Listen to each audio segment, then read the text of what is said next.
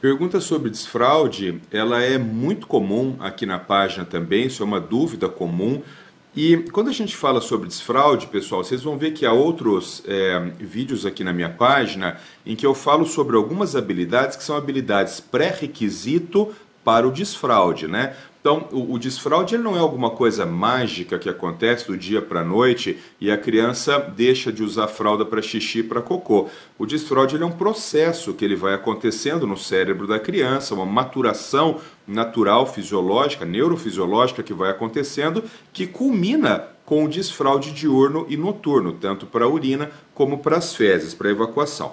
Mas para que a gente fale um pouco sobre a idade, para que não fique assim um chute sobre a idade, vamos dar uma olhada aqui no DSM-5. Existe um capítulo no DSM-5 que se chama Transtornos de Eliminação. Então, os transtornos de eliminação estão na página 355 do DSM-5 de 2013, né? O primeiro transtorno de eliminação que é tratado aqui no DSM-5 é a enurese. Então, enurese é aquela criança que passou de determinada idade, ela não conseguiu ser desfraldada, ela continua eliminando xixi de forma voluntária ou involuntária. A enurese ela pode ser diurna ou noturna ou mista. Então, a criança pode fazer xixi na roupa só dormindo, só acordado ou dormindo e acordado. Olhem o que diz aqui sobre a idade mínima. Então, no critério diagnóstico C da enurese, que é o do xixi, diz assim: a idade cronológica mínima é de 5 anos ou nível de desenvolvimento equivalente. Ou seja, para que a gente diga que essa criança tem um problema, para que a gente diga que essa criança tem um transtorno chamado enurese, né, então que é essa eliminação miccional de dia, de noite ou de dia, de noite, de forma voluntária ou involuntária, a criança tem que ter pelo menos 5 anos de idade. Eu não estou dizendo que a gente possa esperar até 5 anos de idade para se incomodar. É claro que uma criança que passou de 3 anos de idade e ainda não está desfraldada para xixi, a gente vai ter que fazer uma abordagem específica quanto a isso, né? Ou pelo menos ficar um pouco mais vigilante quanto a isso. Mas para que isso constitua um transtorno chamado enurese, é acima de 5 anos de idade. Percebam, pessoal, que eles dizem aqui, acima de 5 anos de idade cronológica, ou seja, da idade verdadeira da criança, ou de idade mental, a idade mental compatível. Então, se você tiver, por exemplo, uma criança de 8 anos de idade, mas que tem uma idade mental estimada em 5, a idade mental que você vai utilizar é de 5, não é a de 8.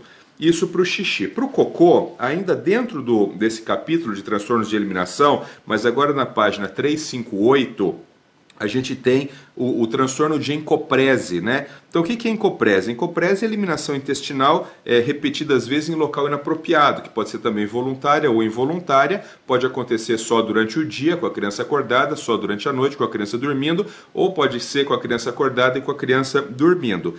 E qual que é a idade para encoprese? No critério C, critério diagnóstico C, a idade cronológica mínima é de 4 anos ou nível de desenvolvimento mental equivalente. Então, para ser enurese do xixi, a criança tem que ter pelo menos 5 anos, uma idade mental equivalente, e para ser encoprese do cocô, ele tem que ter pelo menos 4 anos ou uma idade mental equivalente a 4 anos de idade.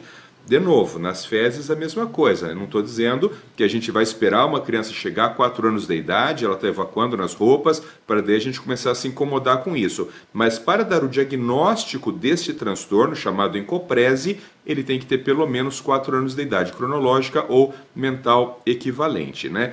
Se vocês derem uma olhada aqui na página, vocês vão achar vídeos meus falando sobre as habilidades pré-requisito para o desfraude. Porque, novamente, quando você tem que, então, treinar o desfraude numa criança, você não vai treinar desfraude propriamente dito tirando as fraldas, né? Isso não adianta absolutamente nada. Você tem que entender qual é o processo que leva até o momento da retirada das fraldas, entender o que é que essa criança não aprendeu e refazer esse processo.